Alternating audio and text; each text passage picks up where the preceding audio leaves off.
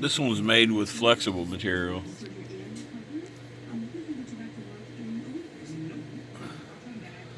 And these things under his hands are part of the support that's built up to print his fingers and hands. I can print this angle here without support, but anything more than 50 degrees, I need to have support under it. So these here get broke off. But the flexible material is kind of rough looking on this print for some reason. But I mean, it's really neat. It flexes all the way down. It's hard to print really, really flexible material like that. So maybe I'll try another one with different settings and see if it turns out better.